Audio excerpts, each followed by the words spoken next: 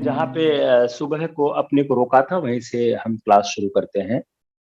हम लोगों ने महमूद का जो भारत पर आक्रमण था, जो महमूद गजनी का भारत पर आक्रमण था, उस आक्रमण तक हम लोगों ने सुबह बात किया था। अब महमूद गजनवी के आक्रमण के बाद जो अगली एक परंपरा आती है, तो महमूद गजनवी के साथ क्या था कि महमूद गजनवी के बारे में जो डिस्क्रिप्शन था वह 1030 में उसकी मृत्यु हो गई। और जो महमूद गजनवी के रेट्स थे उससे उसका ज्यादा फायदा हुआ, उसका फायदा हुआ मोहम्मद गोरी को।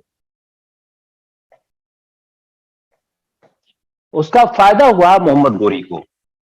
तो जो रेड से महमूद के, वह लाजरी उसकी जो फायदा मोहम्मद गोरी ने प्राप्त किया। और जो लेटर था end of the 12th century में, 12वीं शताब्दी के अंत में 1291 और 1292 में दो युद्ध होते हैं, जो तराइन के वार है। तराइन का प्रथम युद्ध, तराइन का द्वितीय युद्ध, दो युद्ध होते हैं। और यह जो इन्वेजन का है, यह इन्वेजन जो यह मोहम्मद गोरी था कौन? यह अफगानिस्तान का एक स्मॉल रूलर था। अफगानिस्तान का एक छोटा रूलर था। तो अफगानिस्तान के एक छोटे से शासक ने, small ruler of the Afghanistan has is India. और वह इंडिया में क्यों हमेशा एक, आप कोई भी सवाल तैयार करिए, एक कार्य कारण परंपरा होती है।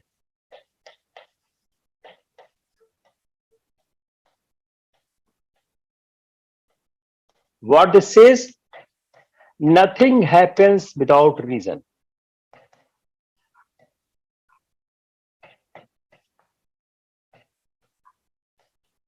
बगैर कारण के दुनिया में कुछ भी नहीं होता है। यह इतिहास में भी एप्लीकेबल होता है कि बगैर कारण के यहां कुछ भी नहीं हो रहा है। तो जो मोहम्मद गोरी का भारत पर आक्रमण था, वह भारत पर आक्रमण क्यों था?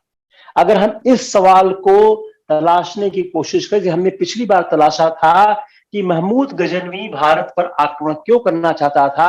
Now let's examine the same question with Mohammad Ghori, कि उस पर भारत पर आक्रमण करने का क्या लक्ष्य था। Why he wanted to invade India? He was interested in conquering northern India, interested in conquering northern India. Spelling छोटी होती है, शॉर्ट फॉर्म लिखता हूं मैं जानबूझ के, टाइम बच जाए। ही was interested in conquering northern India. वह जो उत्तर भारत को वह जीतना चाहता था। क्यों? To add in his kingdom. अब मान ली यही दो चीज आपके ऑप्शन ए और ऑप्शन बी में आ जाए और एक पर टिक लगाना है। ये दोनों कारण थे, लेकिन इन दोनों में से एक कारण टिक लगाना पड़ जाए, आप किस पे टिक लगाएंगे? तो वह उसकी रुचि थी कि वह उत्तर भारत को जीते और अपने किंगडम में ऐड करे। वह, अब इससे हम अंतर करते हैं, डिफरेंस बिटवीन गोरी एंड गजनी, गोरी एंड महमूद गजनी। डिफरेंस कैसे आएगा? डिफरेंस यहां से आ रहा है। He was not interested only लूट।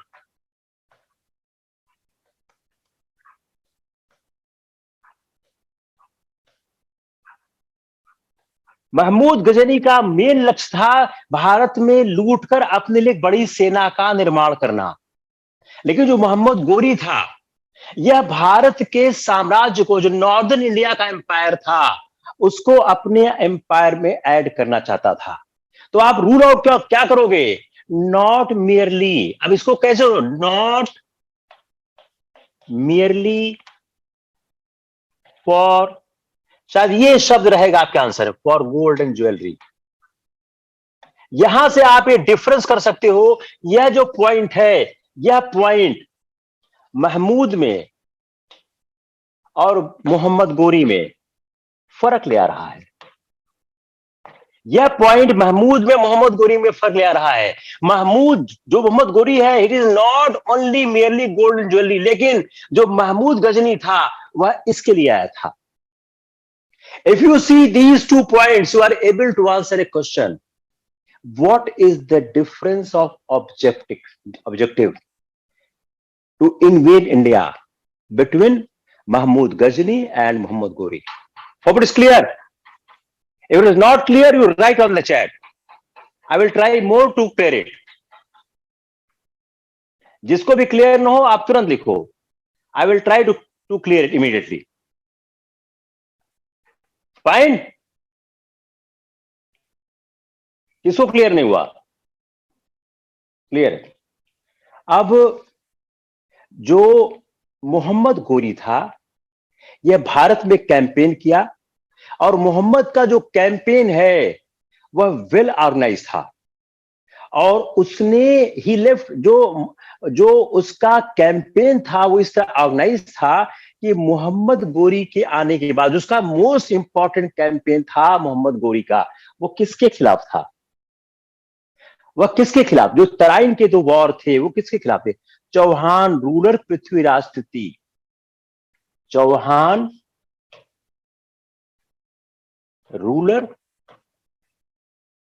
पृथ्वी राज थर्ड. आप ये भी याद रखिएगा, पता नहीं 3, 2, 1 कुछ भी लिख दें, तो जो चौहान रूलर पृथ्वीराज थर्ड था उसके अगेंस्ट था, और जो तराइन का पहला युद्ध था 1191 और 1192, 2 वॉर तराइन. पहले में मोहम्मद गोरी हारता है, दूसरे में पृथ्वीराज चौहान हारते हैं.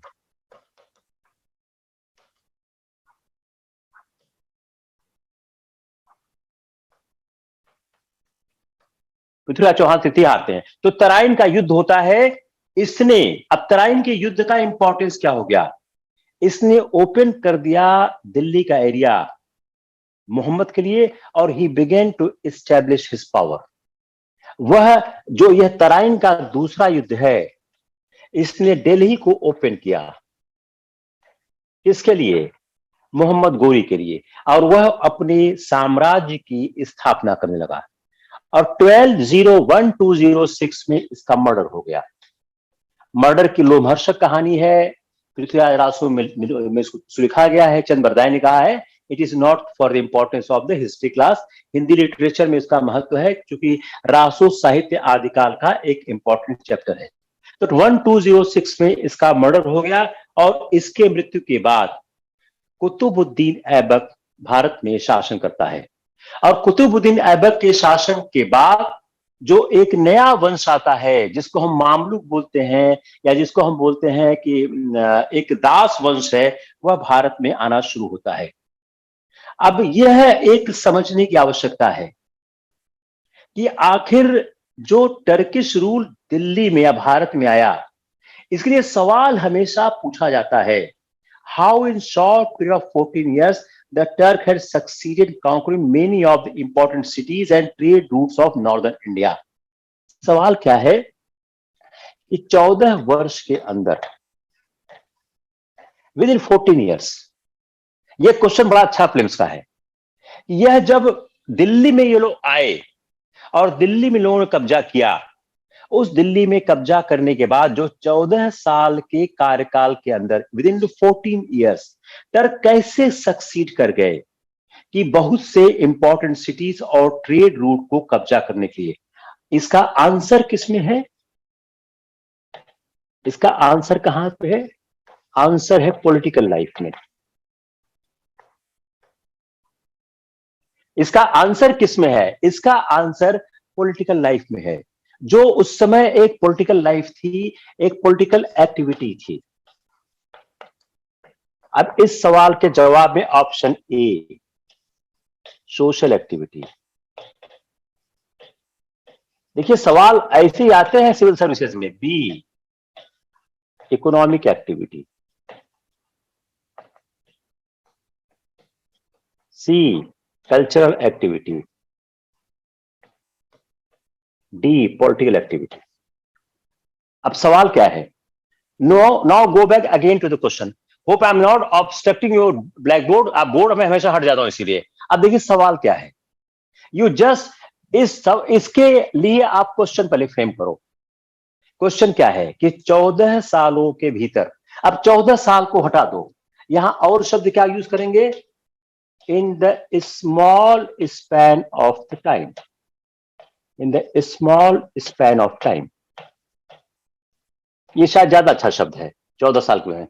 In the small span of time Turk had succeeded. In the small span of the time Turks has succeeded.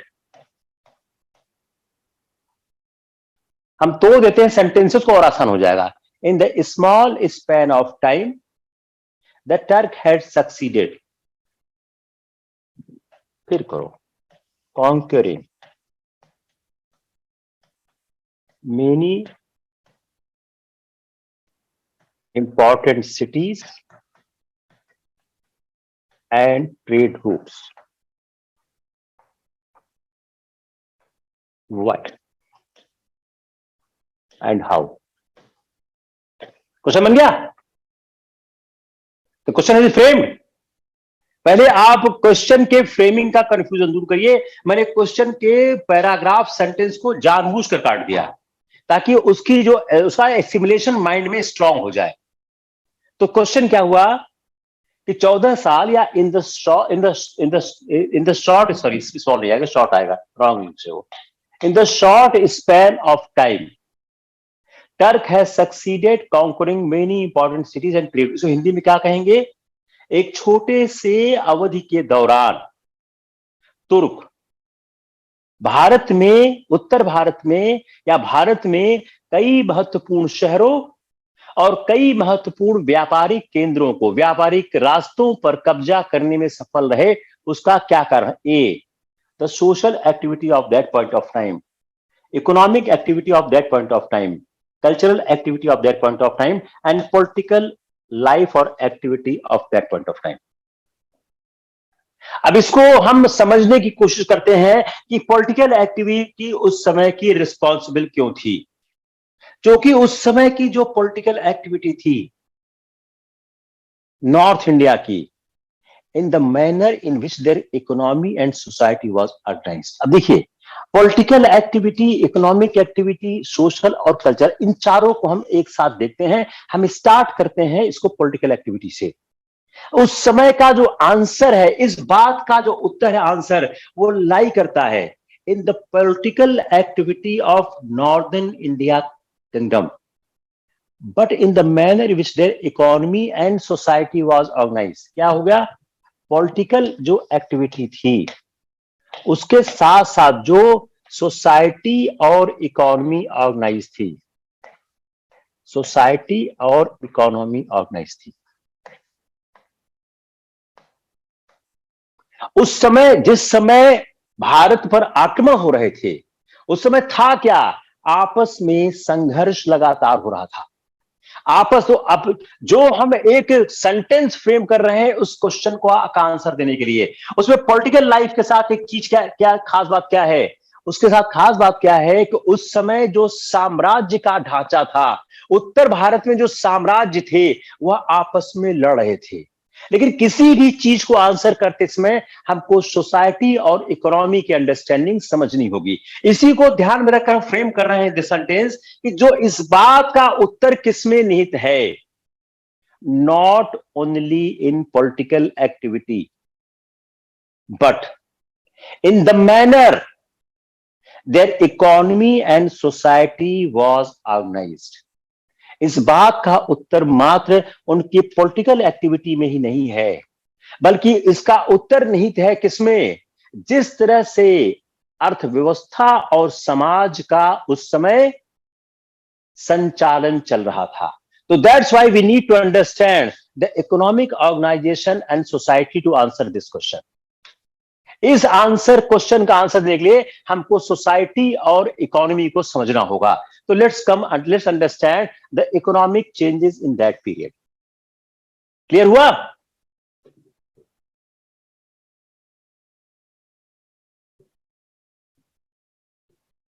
अभी आंसर मत दो Vartika Kesarwani, because I have explained here कि how we are proceeding on this issue. IAS officer Neha, question तो लिखा हुआ है, उसमें फिर से क्या रिपीट करना।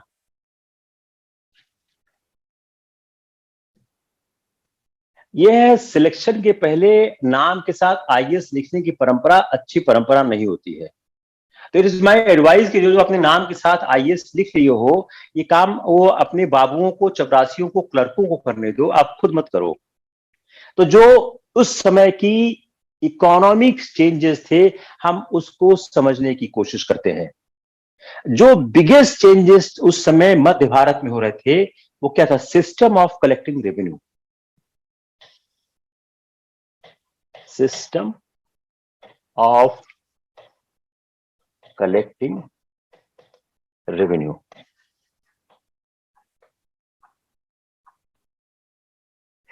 उस समय जो इकोनॉमिक चेंजेस में सबसे बड़ी चीज आ रही थी, वो क्या थी? System of collecting revenue. राजस्व के इकट्ठा करने का जो ढंग है, वह ढंग उस समय चेंज हो रहा था।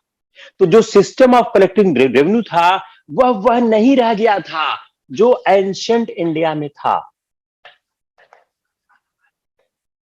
एंशिएंट इंडिया से भिन्न था। राजस्व के एकत्र करने का जो एक ढंग था, जो मध्यकाल भारत में आता है, वह प्राचीन भारत से भिन्न था, और वह फर्क दिखाई देने लगा। अब क्या है? अब किंग का डायरेक्ट कंट्रोल नहीं था। जो राजा का डायरेक्ट कंट्रोल होता था रेवेन्यू पर, राजा का रेवेन्यू पर direct control, Kings direct control over revenue.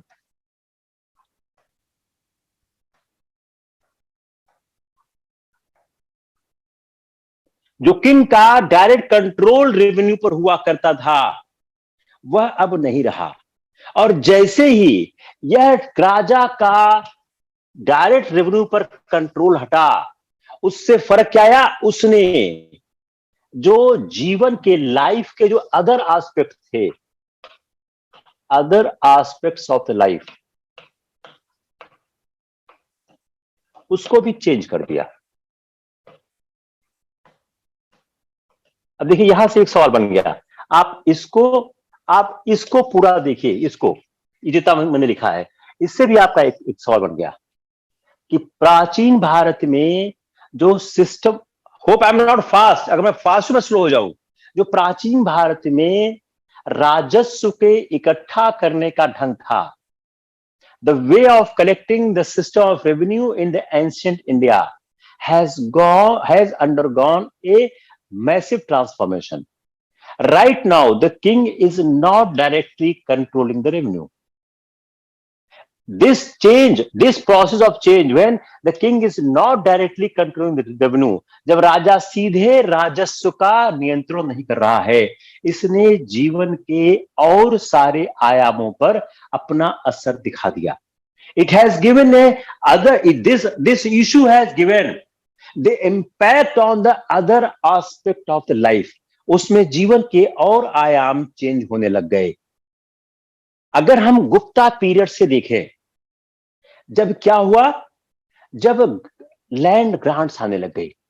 जो लैंड ग्रांट स्टार्ट होती है गुप्ता पीरियड से।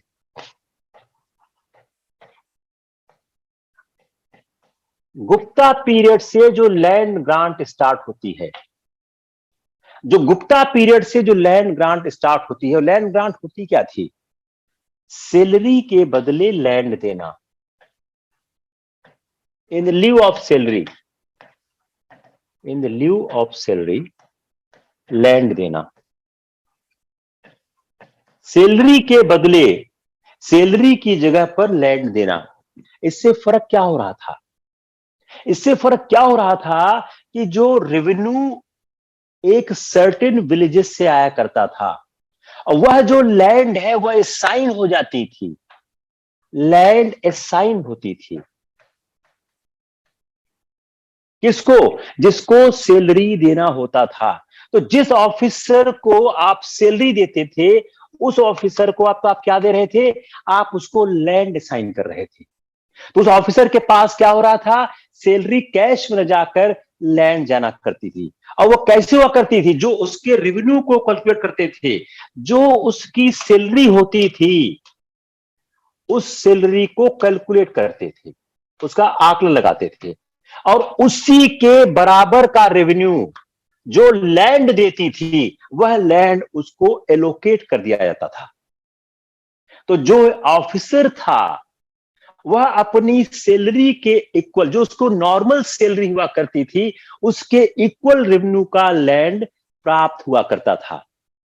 जो ऑफिसर होता था did not have any right और ओनरशिप ओवर द लैंड। जब ये शुरुआत हुई तो जो ऑफिसर होता था इसकी उस लैंड पर कोई ओनरशिप नहीं हुआ करती थी, नो ओनरशिप। जब ये ऑफिसर को इनिशियल पीरियड में यह लैंड दी गई तो उसकी कोई ओनरशिप उस लैंड पर नहीं हुआ करती थी। वह क्या क्लेम कर सकता था, वह क्लेम करता था ओनली रेवेन्यू। क्योंकि उसकी सैलरी से यह रेवेन्यू, जो सैलरी के इक्विवेलेंट जो रेवेन्यू था उससे वह सिर्फ रेवेन्यू ही क्लेम कर पाता था। लेकिन मिडिवल पीरियड में धीरे धीरे जैसे समय आगे बढ़ता गया, इन लोगों ने लैंड पर ओनरशिप क्लेम करनी शुरू कर दी। शुरुआती दौर पर क्लेम नहीं था, पर धीरे धीरे लैंड पर ओनरशिप क्लेम होनी आरंभ हो गई। तो मिडिवल पीरियड में ऐसे बहुत से अधिकारी थे जिन्होंने यह कहना शुरू कर दिया, they have started saying that कि दे ओन द लैंड। यह जो सिस्टम था paying salaries bye grant of revenue of land, यह मध्यकाल में लगातार बढ़ने लग गया। तो जो पर्सन वह ग्रांट रिसीव करता था, जिसको दिया जाता था, उसको राय या ठाकुर कहते थे, उसको राय या ठाकुर कहते थे। समझ आ रहा है ना, थोड़ा सा दिमाग में समझ आ जाएगा। उसको राय और या ठाकुर कहा जाता था। यह ग्रांट धीरे धीरे बढ़ने लग गई। तो जो ग्रांटीज थे वह कई तरह हुआ करते थे, ऑफिसर्स भी होते थे, लोकल चीफ भी होते थे, जो डिफीट जाते थे बैटल में लेकिन अपने राज्य को अलाउ करना रखा था।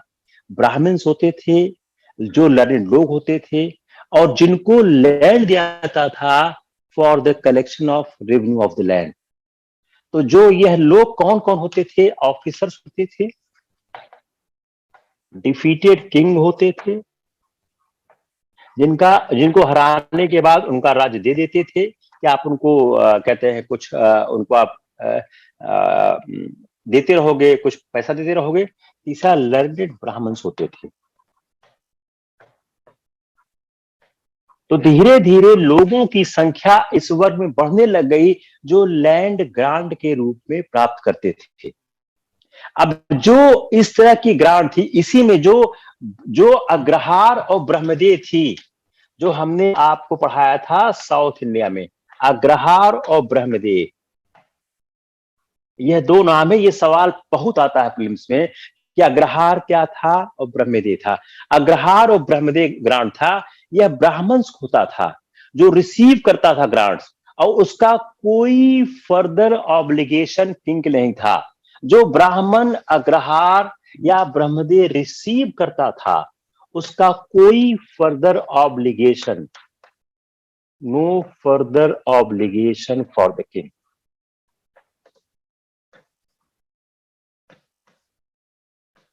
राजा के लिए उसका कोई और ऑब्लिगेशन नहीं हुआ होता था। यह बहुत इंपॉर्टेंट, याद रखिएगा, यह सवाल आपका लोग गलत कराते हैं। उसका कोई फर्दर ऑब्लिगेशन नहीं हुआ करता था। तो वो क्या करते थे, वह उसके परिवार के लोग जो उस लैंड से रेवेन्यू प्राप्त होता था, जो अग्रहार लैंड से रेवेन्यू प्राप्त होता था, उस रेवेन्यू से वो लोग आराम से रहा करते थे। यही अग्रहार के साथ था, ब्रह्मदेव के साथ था। तो यह सिचुएशन थी जो ब्रह्मदेव ग्रांट की साउथ इंडिया में थी।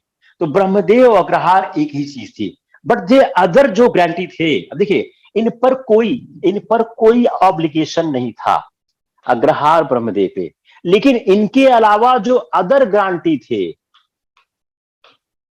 जो अदर ग्रांटी थे, इनके अलावा जो अदर ग्रांटी थे, इनके अलावा जो अदर ग्रांटी थे, उनके साथ यह नहीं था। जो अदर ग्रांटी थे रेवेन्यू कलेक्ट करते थे फ्रॉम पीजेंट, और वह अपने पास मेजर पार्ट रखते थे, स्मॉल पार्ट राजा के पास भेजते थे, और उनको एक राजा के लिए आर्मी या ट्रुप मेंटेन करनी पड़ती थी। अब यहां से आप समझने की कोशिश करिए डिफरेंस अग्रहार ऑब्लिक ब्रह्मदेव एंड अदर ग्रांट्स। इसमें कोई ऑब्लिगेशन नहीं था, ग्रांट दे दी गई, अब ये सब। लेकिन जो अदर ग्रांट्स होती थी उसमें राजा को एक भाग देना होता था, और राजा के लिए सेना रखनी होती थी।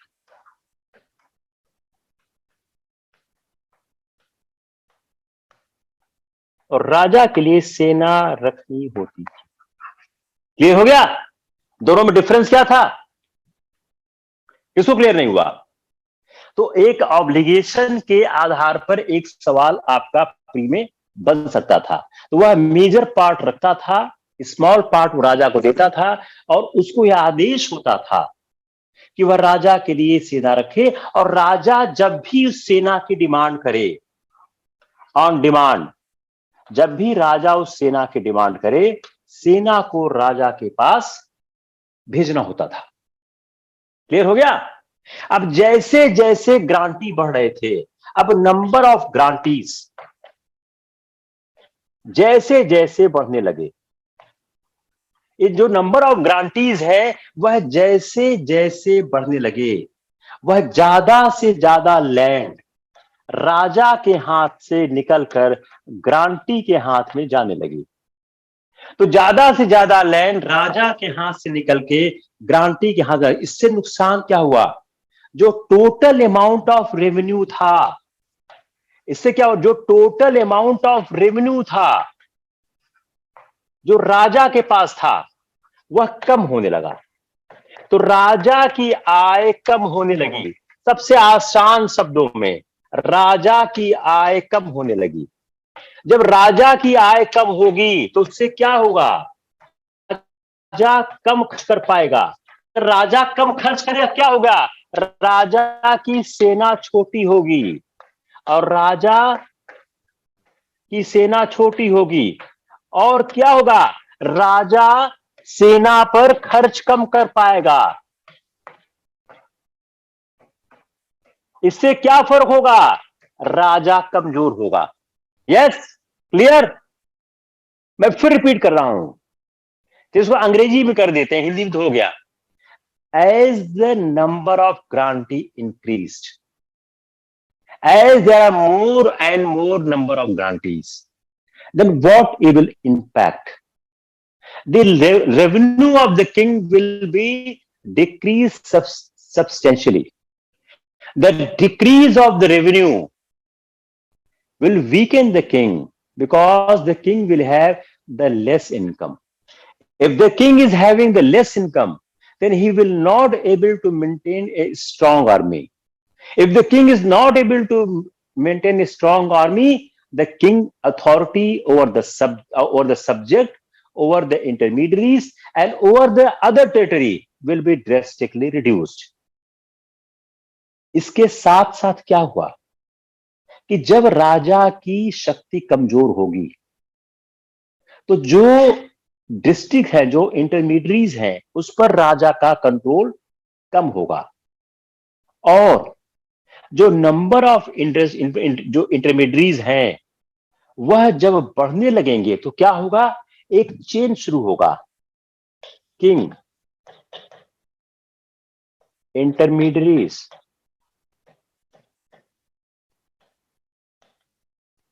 पीजेंट्स। अब राजा का इन पीजेंट से कोई रिलेशन नहीं रह गया, क्योंकि राजा डील कर रहा है इंटरमीडिएरीज से, और इन पीजेंट्स का शोषण कर रहे हैं इंटरमीडिएरीज। राजा इनके बारे में कुछ नहीं कर पा रहा, राजा अलोकप्रिय हो रहा है, राजा के साथ जनता का जुड़ाव कम हो रहा है। तो जो पीजेंट्स और राजा के बीच में नंबर ऑफ इंटरमीडिएट्स हैं, जो लगातार, क्योंकि जिसको दिया जा रहा है लैंड रेवेन्यू, वह और लोगों को सबलेट कर रहा है कि भाई आप मेरे लिए इकट्ठा करो। तो यहां क्या है, नंबर ऑफ इंटरमीडिएट्स बढ़ रहे हैं, जितना बढ़ेंगे राजा का और किसान के बीच का संबंध कम होगा, और राजा और किसान के बीच संबंध कम होगा और इसका शोषण होगा, राजा से लगाव नहीं होगा। तो जब भी राजा का अपनी प्रजा से लगाव नहीं होगा, तो राजा के खिलाफ किसी आंदोलन में, किसी तरह के विद्रोह में पीजेंट्स राजा के साथ नहीं रह पाएंगे। अब जो ऑफिसर, अब ये कमजोरी हो रही, अब क्या हो गया, जब राजा कमजोर हो गया, धीरे क्या हो रहा, जो ऑफिसर्स हैं now less dependent on the king, जिनके पास लार्ज ग्रांट्स लैंड है, वह बिलीव करने लग गए, ऐसे एक इंडिपेंडेंट रूलर के रूप में। जब राजा कमजोर हो गया, राजा कंट्रोल ही नहीं कर पा रहा है, तो जिनके पास लार्ज ग्रांट है, जो बड़ी ग्रांट्स इनके पास है, वो कैसे हो गए, वह इंडिपेंडेंट रूलर की तरह पढ़ने लगे। यह जो सिस्टम है रेवेन्यू कलेक्शन का, इसने कई तरह के चेंजेस सोसाइटी में ले आए। तो पहला क्या बात आ गई, officers now less on the king. तो जो इकोनॉमिक चेंजेस आ रहे हैं, पहली बात क्या हो गई, ऑफिसर्स लेस डिपेंडेंट हो गए किंग पर, वह किंग पर ऑफिसर्स लेस डिपेंडेंट हो गए। जिनके पास लार्ज ग्रांट थी, जिनके पास लार्ज ग्रांट थी, वह अपने को किंग समझने लग गए। जिनके पास लार्ज ग्रांट थी, वह अपने आप को किंग समझने लग गए। जो पीजेंट्स थे, जो कल्टीवेट करते थे लैंड पे, उन्होंने जो जो करने लग गए, उनके ऊपर the peasants who cultivation, the peasants who cultivated the land began to pay more attention to the feudatories। जो पीजेंट्स थे, पीजेंट्स ने, पीजेंट्स जो अटेंशन है, वह राजा की जगह फ्यूडिशरी फ्यूडिशरीज पे हो गया।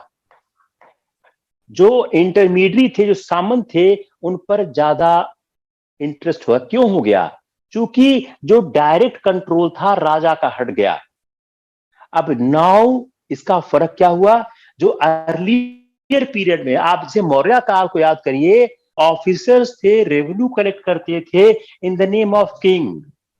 Now name of the king भी हटने लग गया।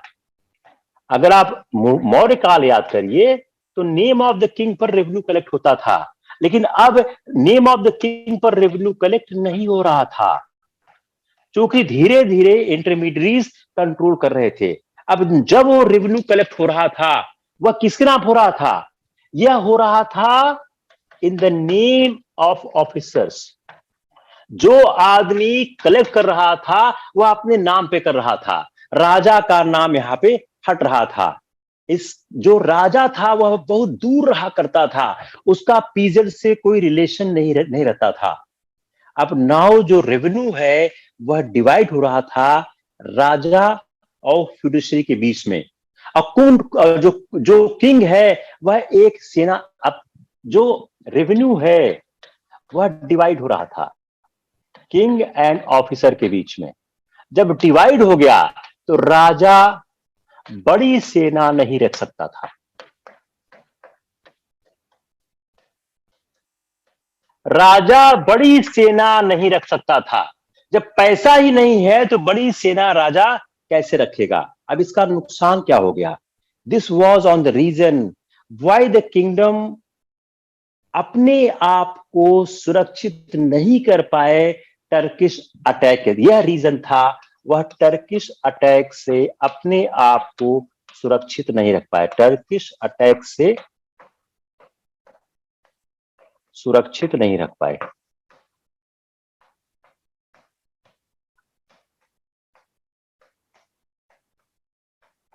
अब बताइए क्या आंसर होगा, टेल मी। करीब 10 मिनट लिया उस सवाल को हल करने में।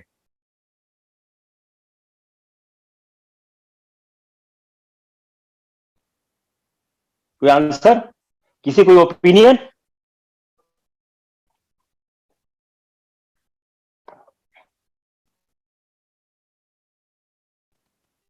नो ओपिनियन, कोई आंसर नहीं है किसी का, बताइए।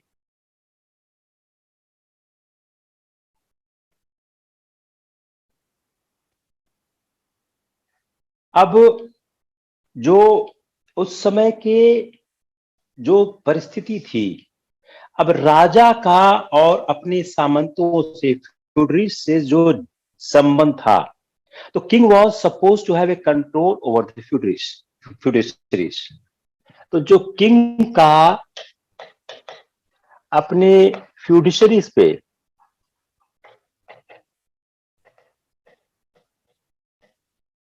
कंट्रोल होना चाहिए, एक कंट्रोल हुआ करता था। लेकिन जो यह रिलेशनशिप था किंग का और अपने सामंतों से, यह रिलेशनशिप कैसे हुआ, वह एक डिफिकल्ट फेज में चला गया। अब एक जो फ्यूडिशरी जो का सामंत था, वह राजा की पोजीशन को वीकन कर सकता था अगर वह राजा का शेयर बेचने में स्लो हो जाए। राजा का शेयर भेजने में अगर स्लो हो जाए, अगर राजा का हिस्सा भेजने में वह सामंत अगर स्लो हो जाए, तो राजा को कमजोर कर सकता था। He can weaken to the king. He can weaken to the king. If he is not sending the share of the king at the right time, then he can weaken the king. अगर वो समय पर नहीं भेजे। अब इससे क्या हुआ कि राजा का अपने सामंत पे, अपने फ्यूडिशरी पे ज्यादा से ज्यादा निर्भरता बढ़ने लग गई। कई बार किंग जो अपने सामंत से दिया गया लैंड ग्रांट वापस लेता था, लेकिन यह प्रिंसिपली तो कर सकता था, लेकिन प्रैक्टिकली यह कम हो पाता था। क्यों? क्योंकि किंग कमजोर हो चुका था। और जो राजा के सामंत थे, जो फ्यूडिशरीज थे, वह आपस में जलते थे, उनकी आपस में जेलसी थी, वह आपस में जलती थे, उनके अंदर आपस में जेलसी हुआ करती थी। और जो उनकी राइवलरी थी, वह कई बार युद्धों में परिवर्तित हो जाती थी। और जितने भी संघ, जितने भी फाइट होते थे, डिफरेंस होते थे, वह युद्ध में परिवर्तित हो जाते थे। वह युद्ध में परिवर्तित हो जाते थे। तो युद्ध में जब हर डिस्प्यूट परिवर्तित होने लग गया, तो जो फिर उससे क्या हुआ, फाइटिंग एक मीन्स ऑफ शो ऑफ हो गई। फाइटिंग क्या हो गई? Means of show off. वह दिखावे का प्रतीक हो गई। मतलब झगड़ा करके, लड़ाई करके, रक्तपात बहा के अपनी आप एक वीरता दिखाने की कोशिश करते हो। इससे क्या हो गया? Useless way of spending money. इससे क्या हो गया? Useless way of spending money. Just understand the analysis, वही आपके काम आएगा। तो जो एक आपस में संघर्ष हो रहा था, एक सामंत का दूसरे सामंत से, इससे क्या हो रहा था? एक बिना मतलब के मनी स्पेंड होने का एक रास्ता खर्चा दिख रहा था। अब जब फ्यूडिशरी फील्ड करते थे कि वह इतने पावरफुल हो गए हैं, तब वह अपने आप को इंडिपेंडेंट डिक्लेयर कर देते थे। कई बार जो वीक राजा होता था, वह कुछ खास कर नहीं पाता था। इसीलिए जो राष्ट्रकूट थे, उन्होंने अपना जीवन शुरू किया चालुक्यों के सामंत से, और फाइनली चालुक्यों के खिलाफ वह विद्रोह करके शासक बन गए। इसी तरह से लेटर जो इसे चंदेल्स थे, उन्होंने अपने आप को राष्ट्रकूट, चंदेल, हमने पूरी लिस्ट आपको बताई थी लेक्चर में कि कैसे कैसे चेंज हुआ। इसी तरह से जो चंदेल थे, उन्होंने उन्होंने अपने को इंडिपेंडेंट डिक्लेयर किया, किससे? प्रतिहार से। राष्ट्रकूट ने किससे किया था बताइए? अभी मैंने बताया, राष्ट्रकूट ने किससे किया था? चालुक्य से। ये भी सवाल फ्री का है, पक्का आ सकता सवाल, क्योंकि यह एक भारत की आर्थिक सामाजिक संरचना से जुड़ा हुआ है। ऐसी चोल ने भी अपने आप को एक ऑफिशियल के रूप में लाइफ शुरू की थी। अब ये हाउस, इसके साथ साथ क्या हुआ, यह हाई साउंडिंग महाराजाधिराज परम भट्टारक, ये हाई साउंडिंग उपाधि लेने लग गए। महाराजाधिराज परम Bhattarak, Kings of the king, इसकी उपाधि लेने लग गए। अब इन सारे चीजों में सबसे ज्यादा सफर कौन किया? पीजेंट्स। ये सवाल हो गया अल्टीमेटली कि इन सारी आर्थिक घटनाओं का सबसे ज्यादा नुकसान किसको हुआ? किसान को हुआ, पीजेंट्स को हुआ। सबसे ज्यादा सफर पीजेंट्स किए। उन्होंने न केवल रेवेन्यू पे किया टू द लॉर्ड, साथ साथ सारा लेबर किया। इन्होंने पीजेंट के साथ क्या हुआ? पीजेंट्स ने क्या किया? रेवेन्यू तो दिया ही दिया, वो तो लोग लिए ही लिए, बेगार भी कराया, उनसे सारे काम कराए। तो बेगार एंड रेवेन्यू, बेगार कराया, उनसे बहुत वह काम कराया जो उनका मन किया, और उनसे रेवेन्यू लिया ही लिया। जो उनके सामंत, जो फ्यूडल लॉर्ड हुआ करते थे, वह एक्स्ट्रा, देखिए ए क्या नुकसान हो, A B C, extra tax भी लिया, रेवेन्यू लिया, बेगार कराया, एक्स्ट्रा टैक्स भी लिया। एक्स्ट्रा टैक्सेस के नाम पर उन्होंने कई, जैसे water, irrigation, road, mills, extra tax किसका चलिए? वाटर, इरिगेशन, रोड, मिल, इस तरह के एक्स्ट्रा टैक्सेस उन्होंने उनसे वसूल किए। अब इसका नुकसान क्या है? पीजेंट, किसान अपील किससे करे? Peasant to whom appeal? इन सामंतों, इन फ्यूडिशरी के खिलाफ टू हुम अपील? किसको अपील करे? वो किसके पास जाए? किससे वह दया की उम्मीद करे? किंग की शक्ति कमजोर हो चुकी है, राजा कुछ कर नहीं सकता है इस कंडीशन में। इसलिए बहुत मुश्किल हो गया था किसी भी तरह से किसानों को किसी तरह की मदद प्राप्त करना। In these conditions it made little difference to him whether the king was Rajput और टर्क। इस माहौल में पीजेंट के लिए कोई फर्क नहीं है कि टर्क राजा हो या राजपूत राजा हो, उसके कोई फर्क नहीं है। जब उसका कोई सुनने वाला ही नहीं है, तो राजा आप राजपूत को बना दो, राजा आप टर्क को बना दो। PJs just went on working hard and harder, और वह हमेशा पुअर रहेगा। It is the economic condition. समझ आ रहा नहीं आ रहा? इस पे पूरा मेंस का सवाल बन जाएगा कंप्लीट, और इसी से आंसर हो जाएगा, इसी से आंसर हो जाएगा।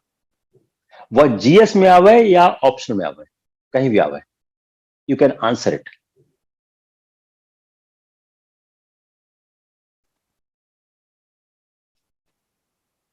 और करें, बस कर दे आज के लिए, बताओ, बस की और?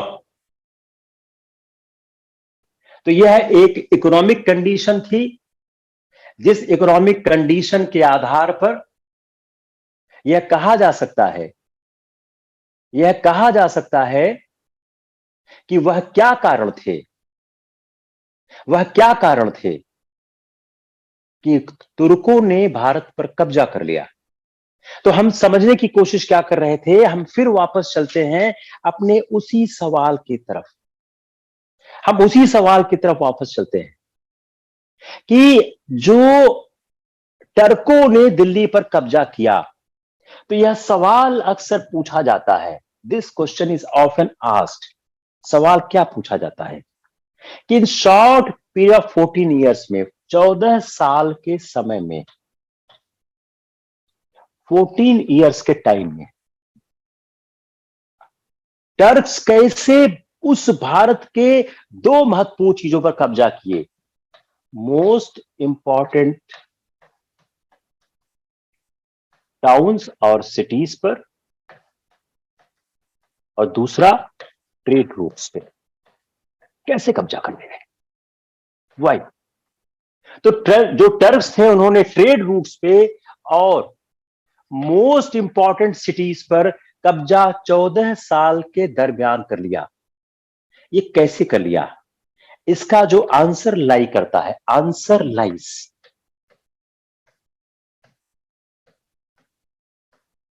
Not only in political,